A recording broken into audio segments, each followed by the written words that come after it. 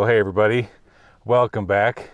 All right, well, we're right back where we were last weekend. So for you guys, it's been a full week, but for me, it's only been about an hour to go back down the valley, work my way up this next wash, and enjoy a sandwich and bottled water and take a break. So I'm just as sweaty and wore out as you saw me last weekend. But hey, this one has promise. Now, I haven't been up to the portal yet. I don't know if it's open or closed, if it's gated or whatnot, but the reason I say that this one has promise, and it's probably going to be a lot larger than the one we explored last weekend, is because of this right here. Let me show you.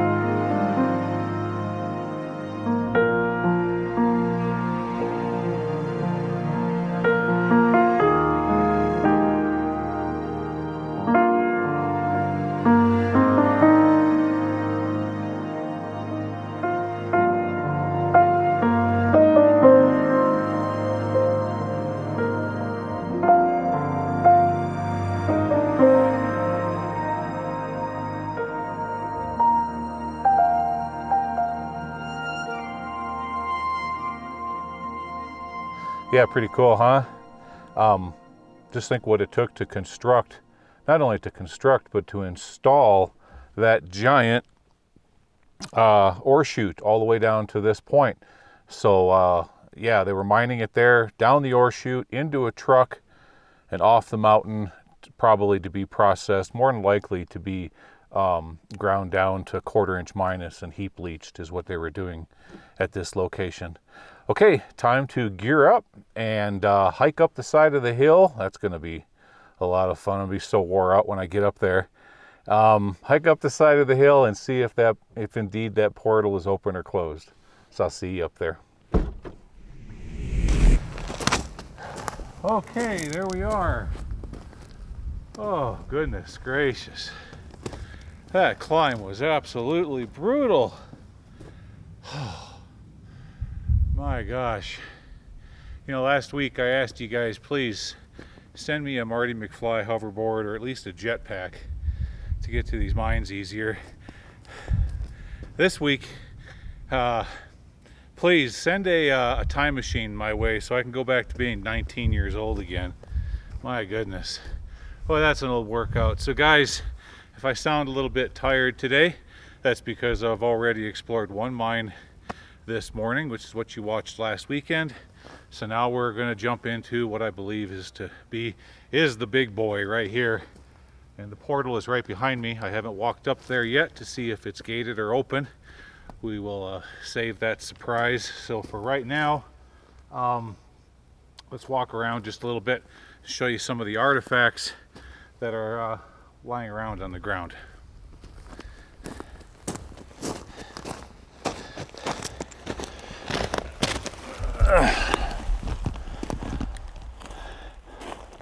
All right, let's start over here.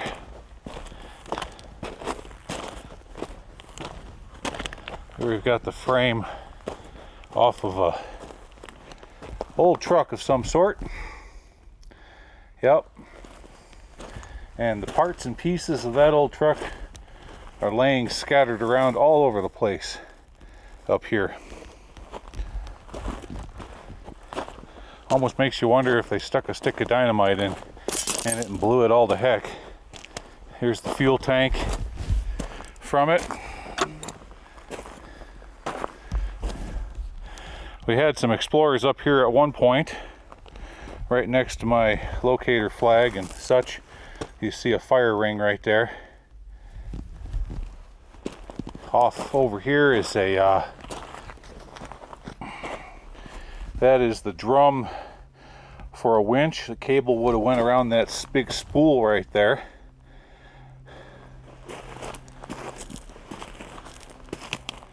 Yeah, wonder if they were using the engine off of that old truck chassis for the winch. All right, here we've got what looks like it could have been some kind of a head frame that's now tipped over. Here's a tank. We've seen these before from the 40s. Zero lean, the standard oil for motor cars. Right there, zero lean oil.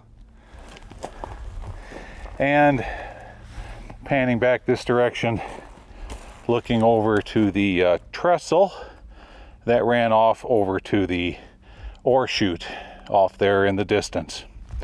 All right, here we go. Turning around. I really hope that nobody has gated this off. Come on now, be nice to me. I'm gonna walk all the way up this hill for nothing. Let's get some light on the situation here. Oh, come on now. There we go. Okay, it's looking good, guys. Looking great. There's the door. Yep. And nice. We're open for business. Okay. Oh, so happy. So happy. Okay. Yeah, we got 18 gauge slat rail or strap rail on the floor here. Okay, let's look up here. If we got anything glowing eyes coming back at us, I'm not seeing anything.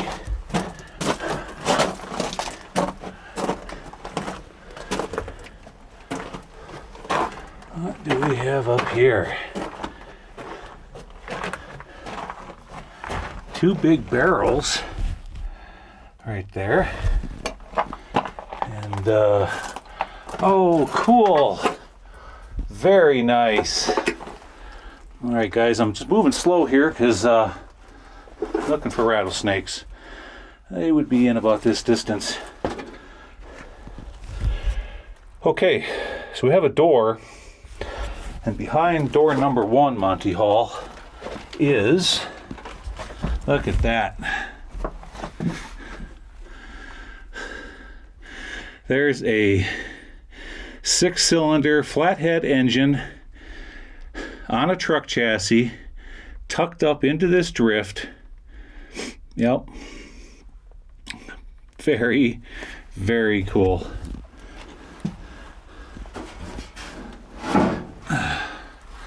And then behind it, way up in there, it looks to be a couple of, might have been like fuel tanks or water tanks.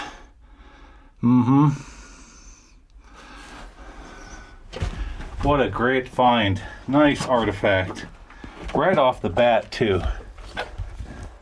Okay, I may like squirrel my way up in there and get a little closer look at that later on in the video, but for right now, oh man. Well, let's see if we can find some dates on that cardboard there. Texaco. I'm looking for a date, any kind of a date. Shoot, nothing. Nope. Okay. All right. Strap wheel bends off to the left and keeps going. You know, by the size of the waste rock pile, I mean, it was absolutely huge, guys. It's going to be a big mine. Big mine. but I don't have enough energy in me to be climbing ladders and doing stuff like that. So let's just try to explore the bulk of it. And if it turns into something super incredibly spectacular, we'll come back. Okay, here we've got a area that they had this was coming down on them, so they used natural timber. That's pretty neat. Let's sit back on that for a second. Old stuff too. They hacked it down with a hatchet. Yeah, sure did. Well, some of it's been cut with a saw. Nice. Okay, turn it back around here. That was neat.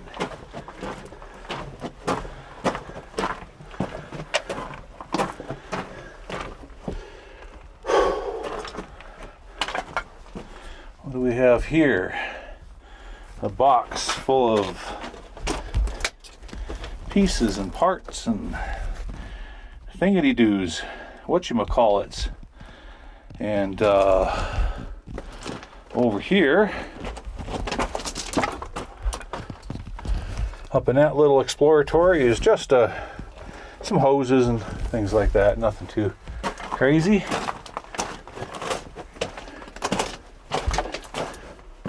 Now, in the past, I used to say that slat rail or strap rail is an indication of a low budget mine.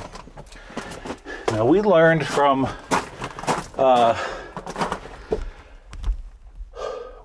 the Thunder Ridge mine that that's not always the case.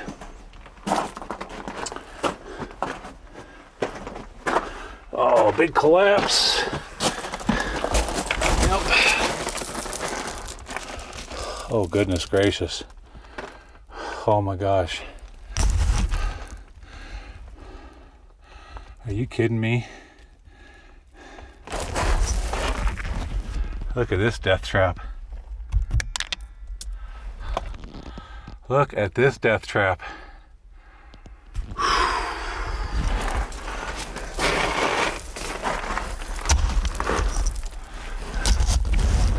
my God.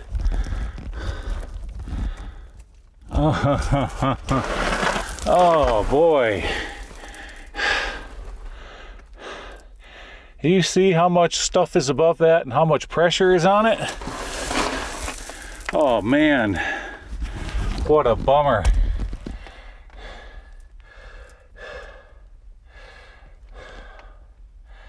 All right guys, I'll be back. I'm gonna just look at this a little bit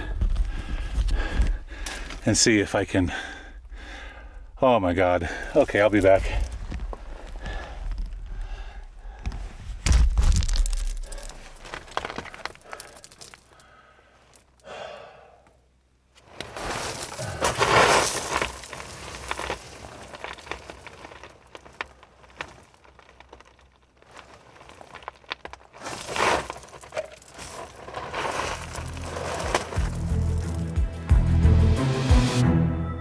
Alright guys, I'm back. I looked this whole thing over, and so every now and then we run into this. This is truly a death trap. Absolutely. Now, right up there, I'm going to shine the light brighter since I don't have my laser. You see that log right there? And then this one here that's coming off this direction is bowing. The only thing holding up that massive pile of waste rock, boards, debris, the whole bit, is the board that they have propped up right there with 3 nails. What do they call that? A toe something or another. It's not coming to me right now. It's the only thing holding that up. If that was to let loose, the whole thing would come down in one big flump. And then as I look up further, it would appear as though there's even more collapses further up there, but I just don't know. Ignorance is bliss. I'm not ignorant. That is a death trap. Absolute death trap. No way. I'm not crawling underneath it. Nope.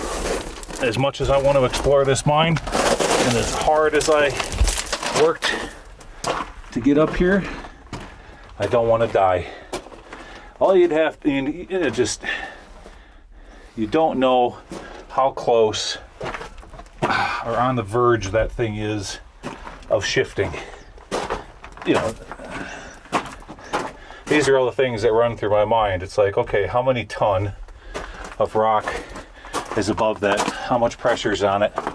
It doesn't take a whole lot of rock to pinch you to the ground where you can't move anymore. And then you lay there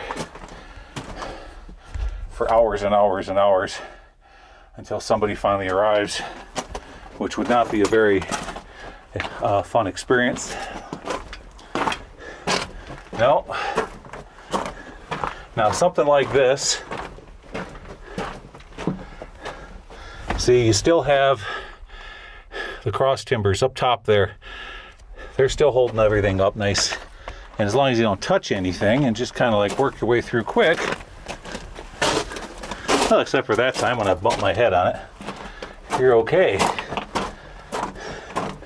Boy, these miners were short. Yeah. Oh, that's just too bad. Yeah. You know, I'm pretty daring, but when you're doing this hobby, that's how I've been able to keep myself out of trouble for so many years, is I listen to my gut. If my gut says don't do it, you don't do it. But you can go in here and get a close look at this engine. A closer look. Let's do that. We'll try to salvage some of this video, right? Oh, get out of here, bee. Or whatever you are. Go find a flower. Gee whiz. Okay. So what do we have here?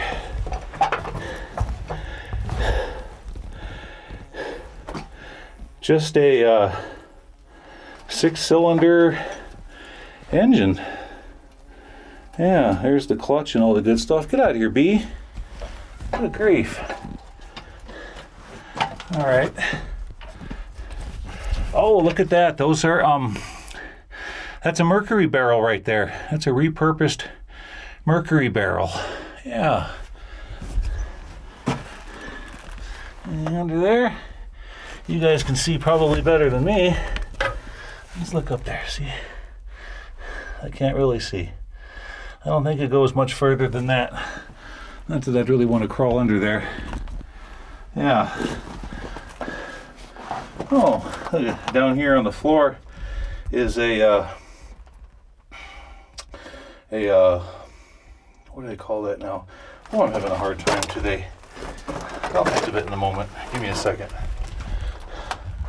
All right, looking at the mine from this angle. Oh, it's no wonder they left that thing in here. There's the portal out there. Yeah, why pull this piece of junk out of here? Yep. All right. Let's get out of here. I think we got a pretty good look at that. Trying to move past all this without getting full of oil. There we go. Oh, come on now. There.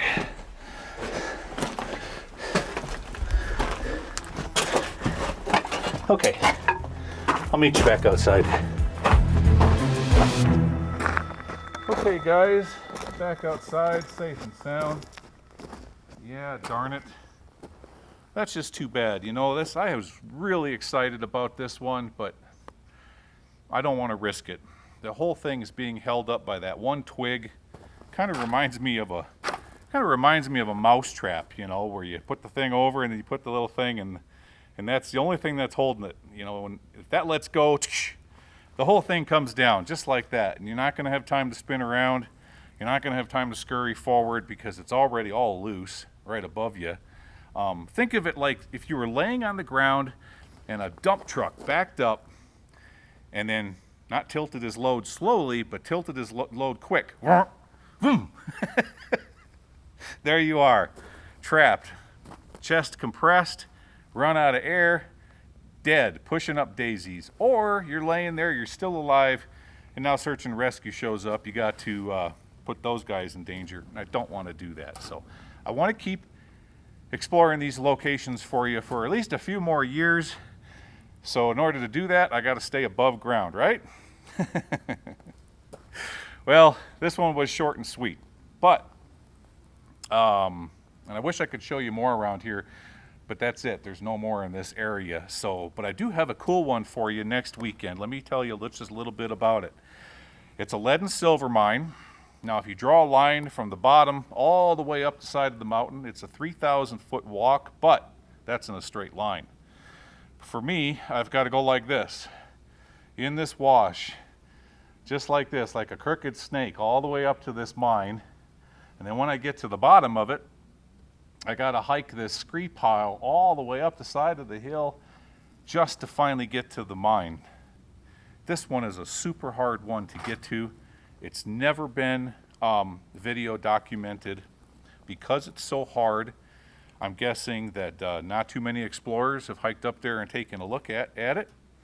And another good thing about it is from my experience, those kinds of mines, a lot of times the miners left stuff behind because it's just too hard and too expensive to bring it back off the mountain. So they just left it. You know, they made all their money. They're back where they are spending it. You know, they don't want to spend more money dragging all that equipment off the mountain, so they just leave it lay. And so that's what I'm hoping that we will find there. So I'm going to start getting prepped for that one. It's going to be a heck of a day and a heck of an explore. I'm really looking forward to it. And that's what I got for you for next Saturday. So guys, thank you so much for coming along on this, unfortunately, a short and sweet explore. And I will see you again next Saturday. Okay, take care, everybody. Bye-bye.